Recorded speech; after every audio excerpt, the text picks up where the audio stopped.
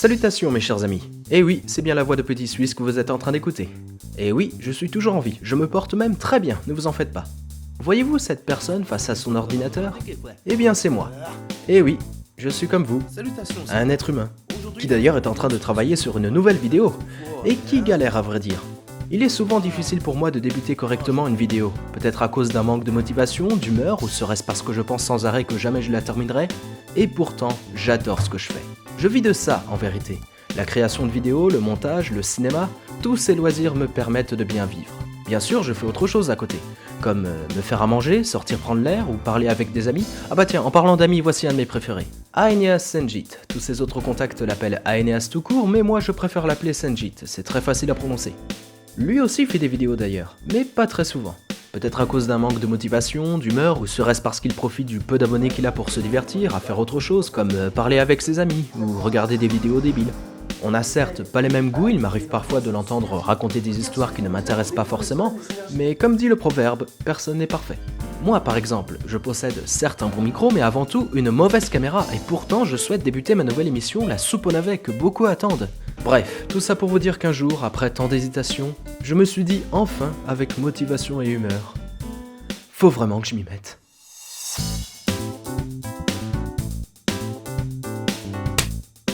Salutations et bienvenue dans cet épisode pilote de La Soupe au Navet. Le titre de cette émission vous paraît peut-être étrange, autant vous dire qu'il ne s'agit pas d'une émission de cuisine. Voici donc quelques petites explications avant de commencer notre aventure. Pour faire simple, le titre de l'émission est une métaphore. La vraie soupe au navet est assez connue pour être une mauvaise soupe.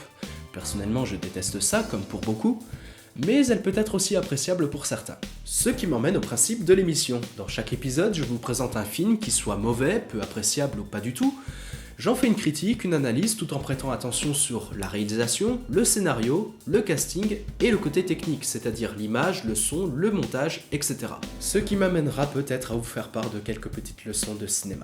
En analysant chaque film, j'explique pourquoi c'est mauvais, est-ce que le film se voit ou non, y a-t-il malgré tout de bonnes idées ou quelques points de qualité à relever? Bref, j'espère que vous comprenez à peu près vers quoi je me dirige, donc ne perdons pas de temps et commençons à botter cette émission avec un mauvais film que beaucoup de fans de l'univers Dragon Ball aiment détester, l'adaptation de l'inadaptable Dragon Ball Evolution. Autant commencer par les dessins animés japonais Dragon Ball, qui d'ailleurs sont plus ou moins fidèles à la série de manga d'origine par Akira Toriyama selon le goût de certains. Le tout premier s'intitule Dragon Ball, diffusé pour la première fois en France en 88 dans le Club Dorothée, un vieux programme pour enfants diffusé sur TF1. Le personnage principal de ce dessin animé est Sangoku, un enfant à queue de singe possédant des pouvoirs magiques et maîtrisant les arts martiaux. Cette première série reste comique, donc accessible aux enfants, et chose intéressante concernant le personnage, c'est qu'il évolue en même temps que le dessin animé. Plus il devient adulte, plus il met d'accent sur la violence physique. Arrive ensuite l'un des meilleurs dessins animés japonais, Dragon Ball Z, apparu en France en 90, qui justement provoqua une énorme polémique.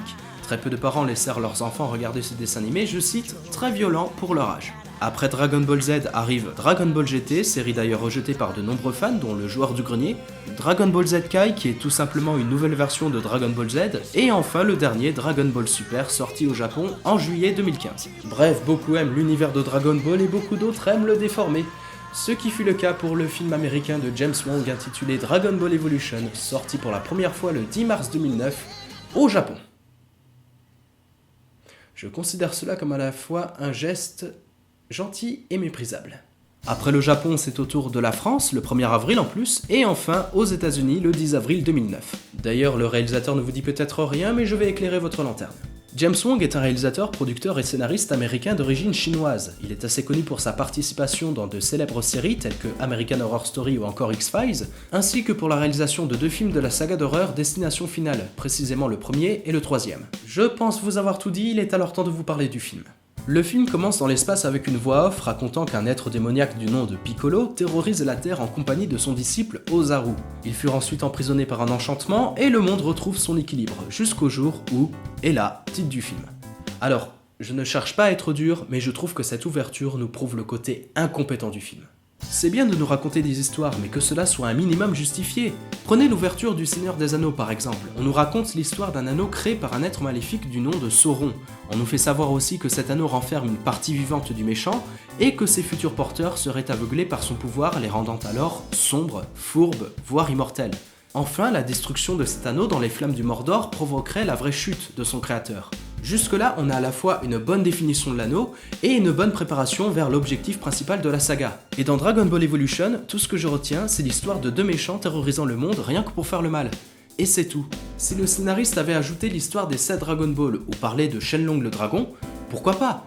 Même si dans tous les cas, ça ne reste pas assez original, car des trucs comme ça, on en voit dans un paquet de films, mais bon, on y reviendra après. Donc, le film débute avec de gros plans assez dégueux du héros principal.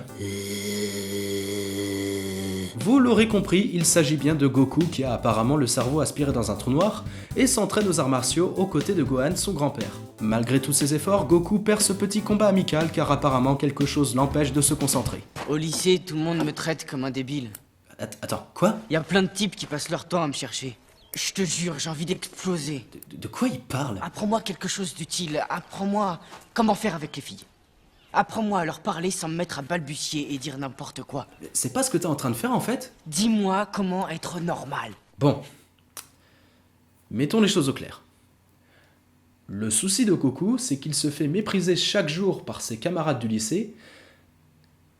Mais quel lycée en fait? Je ne me souviens dans aucun manga ou animé de Dragon Ball de Goku faire ses études. Ça a été certes le cas pour son fils, Sangohan, mais ça c'est un autre cas. Mais Goku lycéen? Goku lycéen, c'est comme si je disais Chewbacca boulanger.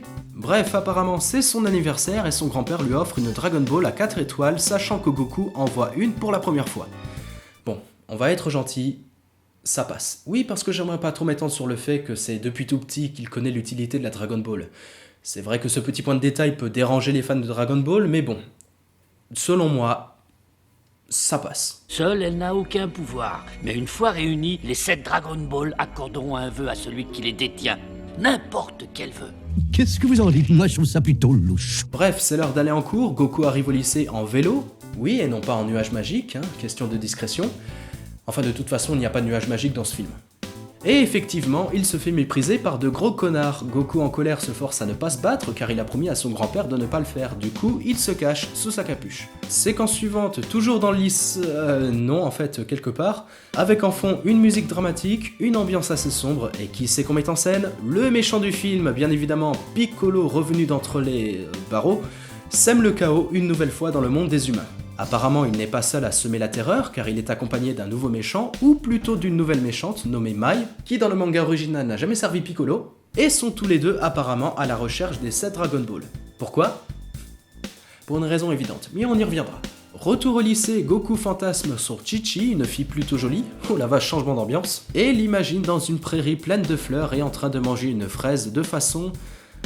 très érotique. Je suis désolé, mais c'est ce que je vois. Peut-être parce que je suis un mec, mais c'est ce que je vois. Et là, mesdames et messieurs, Goku inattentif en cours se fait interroger par son prof de sciences. Comment nos ancêtres interprétaient-ils l'arrivée d'une éclipse? Oh, eh bien, mon grand-père vous dirait, prenez garde de Namek. Les Namek. Oui, c'est une race extraterrestre qui a failli détruire la Terre il y a 2000 ans. Tu disais quoi tout à l'heure à ton grand-père? Au lycée, tout le monde me traite comme un débile. Tu m'étonnes. Plus tard, dans les couloirs du lycée, Chi-Chi n'arrive pas à ouvrir son casier. Goku lui rend alors service en utilisant son ki de façon... indiscrète. C'est toi qui as fait ça? Ouais. Mais apparemment, Chi-Chi connaît le secret de Goku. C'est ton ki? Quoi, t'as entendu parler du ki? C'est pas parce que je m'appelle Chichi que je suis débile total? Non, il y a des prénoms bien plus débiles que Chichi. Je suis pas en train de dire que Chichi c'est un prénom débile, et ce que je dis, c'est qu'il est pas normal. Mais on accorde trop d'importance à ce qui est normal. Je suis pas en train de dire que t'es débile ou anormal, je dis qu'il vaut mieux que j'arrête. Oui, c'est ça, il vaut mieux. Après avoir fait son Idi Malou, Chi-Chi l'invite à une fête qui aura lieu chez elle. Il se fait donc beau, met sa belle chemise, prend sa Dragon Ball, tout en oubliant le dîner d'anniversaire préparé par son gentil grand-père. Mesdames et messieurs, petite leçon de cinéma. Le plan que vous voyez avec Goku prendre la Dragon Ball n'est pas là par hasard, il s'agit en fait d'une annonce. Pourquoi Goku a-t-il choisi de prendre la Dragon Ball? Eh bien c'est comme qui dirait un signe préparant le spectateur à un événement qui va se produire dans le film. Quel événement? Vous allez voir. Goku, arrivé à la fête, se bat contre ses ennemis du lycée, lui bloquant le passage. Une fois terminé, il rejoint Chi-Chi, se met à raconter sa vie, et plan parallèle chez son grand-père, Piccolo et Mai arrivent sur les lieux pour chercher quoi? La Dragon Ball. Vous comprenez maintenant le concept d'annonce et de préparation? Les méchants n'ayant rien trouvé détruisent la maison avec Gohan à l'intérieur, ce qui fait réagir Goku toujours à la fête. Il trouvera alors son grand-père dans les décombres, lui pardonne de ne pas être à ses côtés et pleure sa mort, monde cruel. Le lendemain, il fera la rencontre de Lara Croft, ou Bulma pour les intimes, elle aussi à la recherche des Dragon Ball, et bien sûr équipée d'un dragon radar. Ça sonne bien, Dragon Radar, c'est vendeur. Elle et Goku se rendent après chez Maître Roshi, vivant dans un taudis paumé loin d'une grande ville. Le personnage, encore une fois, n'a rien à voir avec celui présenté dans le manga original. Il paraît jeune, se porte bien et n'a pas de carapace sur le dos. Mais bon, ce dernier point de détail reste excusable. Il est en plus interprété par Chow Yun-fat, bon acteur qui n'aurait jamais dû être là. mais c'est Sao Feng. Bref, il dévoile à ses nouveaux amis qu'il a lui aussi une Dragon Ball, fait tout un speech sur la légende de Shenlong le dragon, leur annonce ensuite que la Terre connaîtra de nouveau le chaos lors de la prochaine éclipse. Les superstitieux. Suite à cette histoire, nos trois aventuriers se dirigent vers un lieu très secret où Goku apprendra de nouvelles techniques de combat, sauf que le lieu en question ne paraît plus secret dû à la présence de nombreux combattants se préparant pour un grand tournoi. Et comme par hasard, Goku y retrouve Chi-Chi. Par ailleurs, elle semble être au courant de la mort de son grand-père. J'ai su pour l'accident de ton grand-père. C'est moche.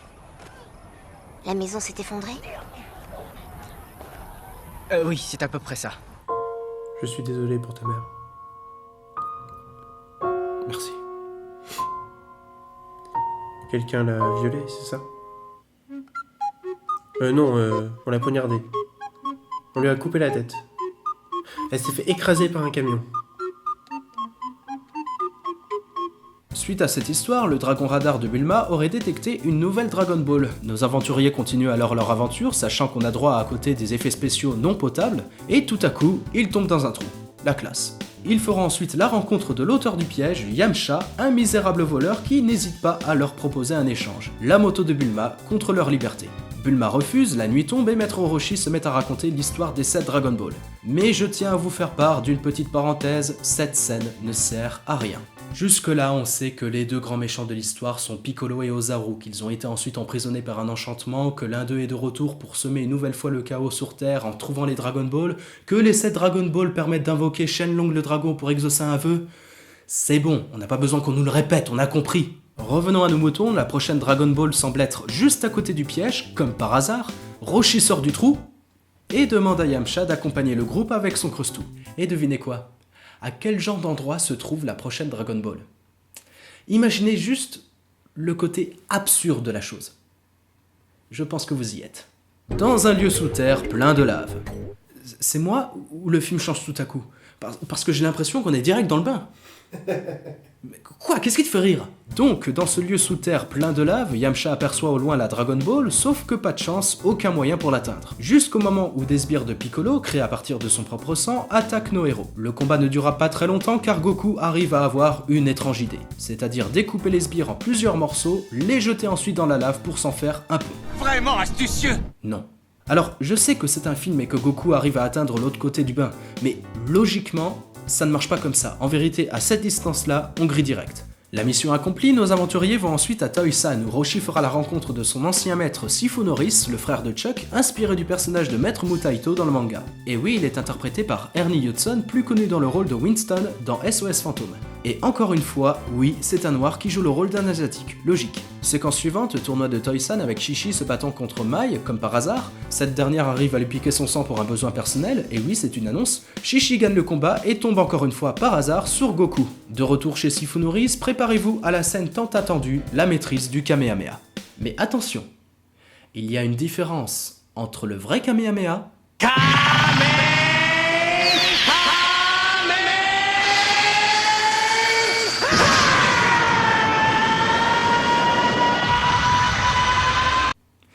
et le Kamehameha selon James Wong.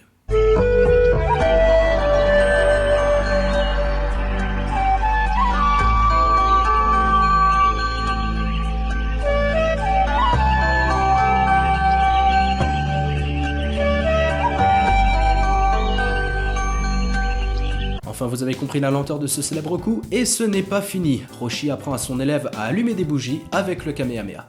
Oui, allumer des bougies. Enfin voilà, la première leçon de Goku est d'allumer toutes les bougies de la pièce, et c'est là qu'intervient la petite Chi-Chi. Et là, forcément, vous vous attendez à... du cul! Non, mais c'est presque ça. À de la coquinerie. Il y a 5 torches dans la cour, et nous sommes séparés de 5 pas. À chaque torche allumée, tu auras le droit de te rapprocher d'un pas. Et qu'est-ce qui se passe si jamais j'allume les 5? Tu te retrouveras alors à côté de moi, à portée de bras. Ok, alors, on va avancer dans l'histoire car ça devient un peu trop pervers à mes yeux. Le lendemain, Chichi vole les Dragon Ball mais se fait freiner par la vraie Chichi. Ah, parce qu'il y a une fausse chichi. Oui, en fait, c'est assez labyrinthique parce qu'en fait, la fausse Chichi vole les Dragon Ball, mais la vraie l'en empêche. C'est alors que la fausse et la vraie se battent. Goku intervient et doit donc savoir qui est la vraie et qui est la fausse. Mais pas de bol, il se bat contre la mauvaise, donc la vraie, pas la fausse. Enfin si, c'est la fausse, mais pas la vraie fausse, car c'est la vraie. C'est-à-dire qu'il fait plutôt face à la vraie, donc logiquement, c'est la fausse. Car la véritable fausse, c'est pas la vraie, c'est la fausse. Donc la vraie à combattre, c'est la fausse. D'accord, mais du coup, c'est qui la fausse chichi? Bah, c'est Mai, la méchante. Elle s'est justement servie du sang de Chichi afin de se faire passer pour elle. Annonce, préparation. Bref, Goku se fait tirer dessus, tombe dans le coma, mais pas de panique, Maître Roshi le réveille grâce à son Kamehameha. Alors, si pour James Wong, le Kamehameha sert à allumer des bougies et à réveiller des personnes dans le coma, autant digérer cela en nouant une conversation avec nos doigts de pied. Goku réveillé se prépare ensuite au combat final contre Piccolo en enfilant la célèbre veste de lutte orange carotte. Il mène une lutte fantastique, celle du bien contre le mal. D'accord, on est en plein climax, mais où est donc Ozaru, me demanderez-vous? Eh ben Ozaru, c'est Goku, tout simplement. Après, je pense qu'il n'y a pas de mystère. Enfin si, pourquoi Ozaru ressemble plus à un loup-garou qu'à un gorille géant? Goku arrive finalement à se contrôler et fin du combat, il défonce le méchant en utilisant le Kamehameha une nouvelle fois, de façon très étrange.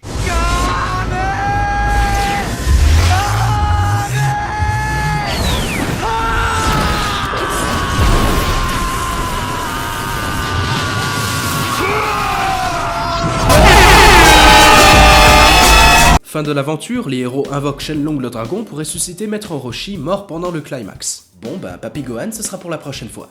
Et on finit le film avec une scène de langue en bouche entre Chichi et Goku suivie d'un combat amical en slow motion entre eux et là, titre du film. Ah oui, suivi d'un cliffhanger lors du générique de fin. Et je trouve ça un peu trop prétentieux.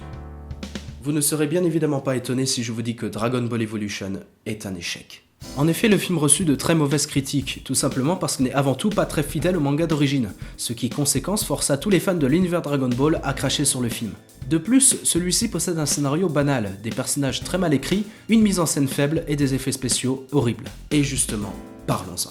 Tout d'abord, concernant les personnages du film, on peut se permettre de dire que non seulement ils ne sont pas très fidèles aux personnages d'origine, mais de plus, ils ne sont pas pris au sérieux. Bulma est selon moi un peu trop rebelle et combative, même si j'ai un petit faible pour les femmes rebelles. Yamcha ne sert pas à grand chose, à part qu'à certains moments il arrive à aider les personnages à avancer dans l'histoire. Maître Roshi est beaucoup trop vivant, le surjeu de Shu Yan-Fat rend le personnage certes drôle mais avant tout pénible. Chichi, à chaque fois qu'elle apparaît, a apparemment les ovaires au bord de l'explosion. Piccolo est à mon goût un méchant pas du tout original, possédant un maquillage qui ne me fait à aucun moment froid dans le dos, et me fait penser à première vue à un vampire, de plus il est joué par Spike dans Buffy. Et enfin Goku qui n'a aucun charisme, et c'est quand même LE héros du film. Excusez-moi de l'expression, mais j'appelle ça du foutage de gueule. Remplacer un héros d'enfance, l'un des plus appréciés de l'univers Dragon Ball par un ado souffre-douleur sans caractère, c'est limite insultant. Et je ne dis pas ça pour le plaisir, de plus je ne suis pas un très grand fan de Dragon Ball, mais j'arrive avant tout à me mettre à la place de ces gens qui se sentent insultés par le film, et forcément je trouve cela décevant. Il faut aussi ajouter que pour renforcer la douleur des spectateurs, tous ces personnages se retrouvent dans une aventure classique, voire banale. Franchement, il y a un manque d'imagination concernant l'écriture du scénario. De plus, sachez que le film dure 1h20, ce qui est ridiculement court. Et je ne vous parle pas de la mise en scène, des dialogues, des décors et surtout des effets spéciaux. Autant passer sur ce dernier point car cela mérite des commentaires. À plusieurs moments, c'est très mauvais, et le pire, c'est que ça se voit. Sachez que les effets spéciaux ont été assurés par le studio Hybrid, connu à l'époque pour ses travaux graphiques derrière ses films comme 300 ou encore Sin City. Et dans Dragon Ball Evolution, au grand malheur de mes yeux, j'ai eu droit à un grand nombre d'effets ratés, comme les effets d'incrustation sur fond vert, les travelling et l'animation de personnages irréels. Là où ça peut passer, et je reste franc là-dessus, c'est pendant les scènes de combat. Certes, c'est facile de le dire, et les scènes sont plutôt bordéliques, on ne voit presque rien, merci au monteur du film. De rien. Mais les effets spéciaux sont bien à leur place, donc ça marche. Jusque-là, je vous ai à peu près cité tous les défauts du film, et on est tous d'accord, enfin je l'espère, sur le fait que tout est bâclé. Ou presque. Comment ça, presque? Bah, ce que j'essaie de dire, c'est que le film n'est pas totalement mauvais. Ne me dis pas que tu commences à avoir l'affection pour ce film. Devrais-je dire le pire film de tous les temps. Hé! Ne dis pas ça! Dire quoi? Que Dragon Ball Evolution est le pire film de tous les temps. Et pourquoi ça? Parce que c'est faux! Croyez-moi, c'est loin d'être le pire film de tous les temps. Je retiens quelques bons moments, notamment 2 scènes de combat bien mises en scène, comme celui sur 2 cordes entre Goku et son grand-père au début du film. Et un peu plus loin, mon moment préféré, la fameuse scène de baston avec encore Goku mettant KO ses adversaires après avoir uniquement esquivé leurs coups. Et franchement, c'est cool. Ce qui n'est pas cool par contre, et j'arrêterai avec les défauts du film, ce sont les clins d'œil placés comme ça pour donner soi-disant un petit côté rigolo au film. Et surtout pour donner l'impression aux spectateurs que les créateurs du film sont suffisamment fidèles à l'univers original de Dragon Ball, ce qui n'est évidemment pas le cas vu le résultat. Bref, pour finir, j'ai regardé ce film 4 fois. La première fois en solo, la deuxième fois avec un pote en version espagnole et sans sous-titres, la troisième fois avec Aeneas Njit et la 4e fois pour l'écriture. Et pour être franc avec vous, allez voir ce film avec un pote. Ce sera peut-être une perte de temps pour vous, mais croyez-moi, vous passerez un très bon moment.